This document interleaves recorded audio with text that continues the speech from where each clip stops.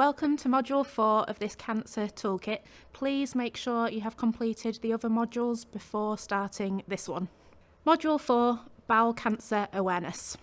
The aims of this module is to increase your awareness of what bowel cancer is, to understand how it is diagnosed and treated, to learn about the possible signs and the screening services that are available, to discuss the barriers around screening, and to learn about screening uptake in Leeds and how we can encourage more people to complete the kit.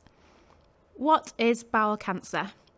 Bowel cancer means cancer that starts in the large bowel, known as the colon, and the back passage, known as the rectum.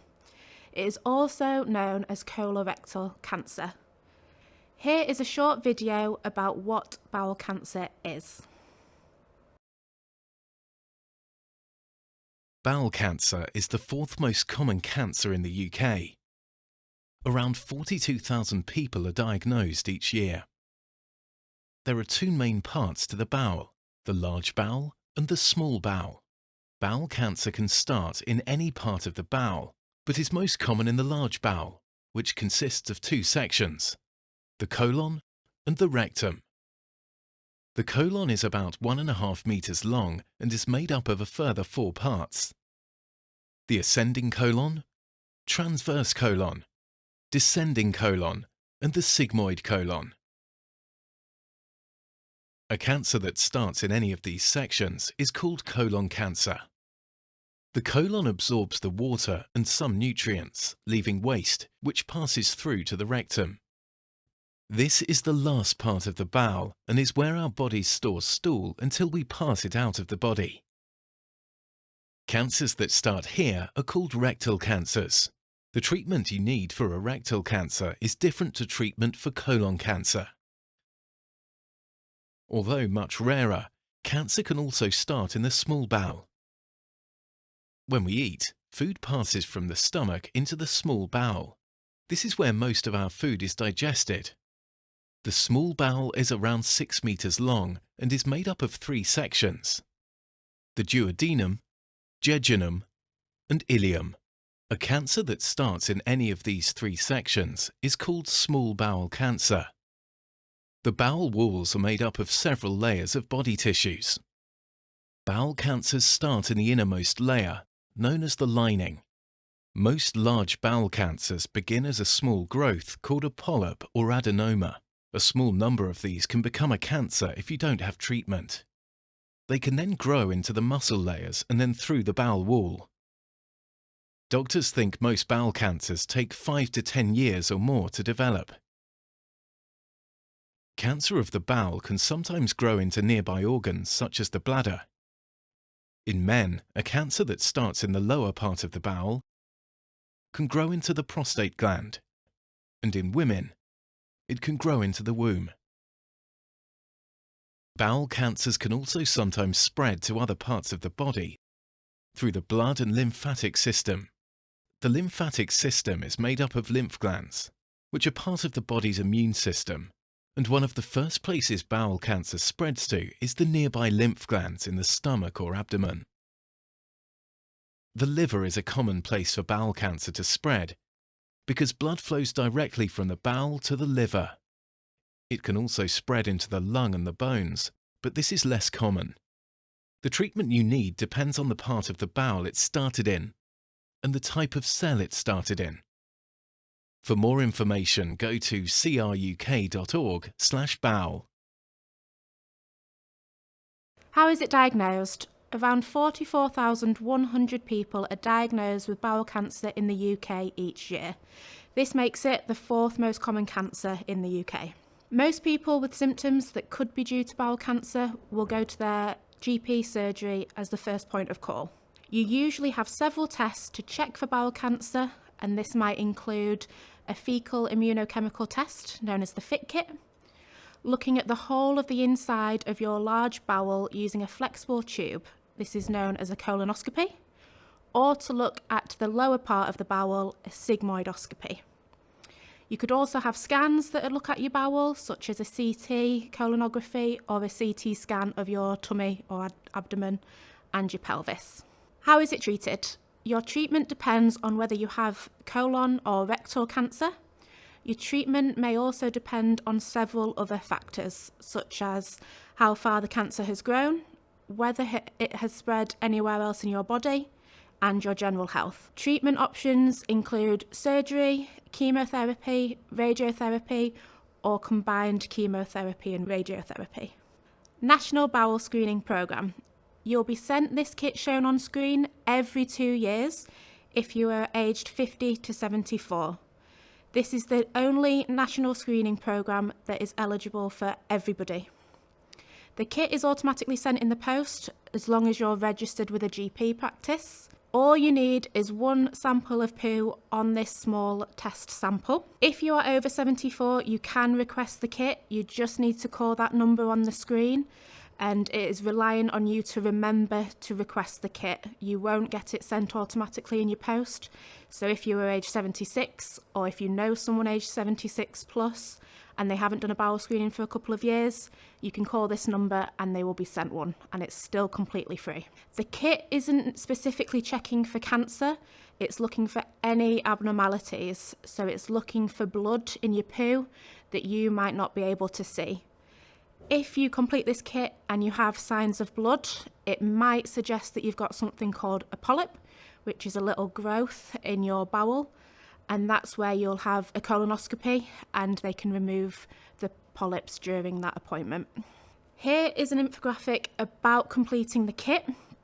As you can see, it's a very small amount of poo that you need on this sample stick. So if you look at the first image, the sampling probe, you can see at the top of the sample stick, there's a grooved part. To correctly complete the kit, you only need to fill those grooves. However, if you put a big clump at the end, shown at the end of the image, you're going to struggle to get it back into the small test tube and it'll get a little bit messy. This may also affect the results. The bowel screening rates in Leeds. So with this data, it is taken from 56 plus. This means that those aged 50, 52 and 54 are not included in this data. This is because the data is catching up with the age bracket. So the national target for bowel screening is 60%. As you can see from the table, the original age bracket of 60 to 74 is exceeding that target. However, the lower age is not quite at that 60%. Bowel cancer signs and symptoms. If you notice any bleeding or any blood in your poo, if you're experiencing any unexplained weight loss, if you haven't changed your diet or you haven't changed your exercise regime, but you're losing weight, we want to know why. If you feel a pain or a lump in your tummy, or you're feeling unusually tired, or you've had any changes to your bowel habits, such as going to the toilet more often, or you might be experiencing diarrhea or constipation. If that's happening frequently, we want to find out why. Here is an infographic about how to complete your bowel screening. When you do your bowel screening, it's really important that the poo sample doesn't get wet, as this can affect the result. So here are some tips for how you can collect that poo sample. So for example, you could put cling film in the toilet bowl. Just make sure you do leave a little bit of a dip, otherwise things are going to get a little bit difficult. Also, you could use a carton, so something, for example, that's had grapes in, or you might have an empty takeaway container, or you might have an empty ice cream tub or margarine tub. Anything like that, you can just pop in the toilet bowl and that'll collect your poo sample for you. Then all you'll need to do is dip that test stick into the sample. Often when we have conversations about cancer, we find there's a few different barriers to screening or barriers to talking about cancer. These barriers can be transferable throughout the 3 screening programs. So you may have some systemic barriers, things like language barriers. So for example, your invitations letters for all of the screening services will be in English. If English is your second language, or if you don't read in English, you're going to struggle to understand what that letter is about. Also, the use of language. Often these letters can have a lot of jargon, which people might not understand what the letter is asking of them. Other barriers could be disabilities. If you have mobility issues, for example, and you might not be aware that if you get asked, for example, to breast screening, that you need to make sure that you go into the hospital, not a mobile unit, as they'll have all the equipment to make sure that you can have a successful screening. There's barriers around the lack of knowledge as well. Often people don't know that these appointments or kits exist until they get the letter or the kit through the post. Also, there could be emotional reactions to screening. People might have experienced trauma in their life. There could be the fear of the unknown as well, the fear of the result, putting people off from attending. That belief that the easiest way to not find out that you have cancer is by not going and finding the positive result. Cultural barriers as well, some religious beliefs, for example, the belief that everything comes from God. There's the yuck factor as well, hygiene issues around completing the bowel screening kit, for example. Here are some ways to answer those questions if you are having conversations around barriers to screening. Screening saves lives, it truly does. We want to encourage people to attend their routine screening to ensure the best possible chance of early detection. Some screening can detect changes before they turn into cancer. Like we mentioned with the FIT kit, it's finding possible abnormalities before they turn into cancer. Regular screening is part of looking after yourself. Think of it as like when you take your car for an MOT, you're just doing the same thing but with your body. You're making sure that everything's all okay. Screening is quick and easy. Often appointments won't be longer than 20 minutes. Highlight the influence of others as well, thinking about imams, rabbis and family members that have attended. Offer awareness in advance. If you know that people have been talking about receiving a letter for screening, you could set up some posters or you could have direct communication if you know that the test is on the way. Offer reassurance as well. It might be that you've attended the screening yourself and you can share your experience, or people might be able to have time with the dedicated cancer champion to support the completion of the screening. Invite patients into surgeries as well so that they can complete the screening with the support. Or you could offer to post it back for patients. So for example, some GP practices have boxes for people to drop their kits off at reception. If you are looking for further information on bowel screening or any of the 3 screening programs, please make sure you're going to reputable sites. Places like Cancer Research UK, Bowel Cancer UK, NHS. Our website also has screening information, or Macmillan. This now completes Module 4 of the Cancer Toolkit.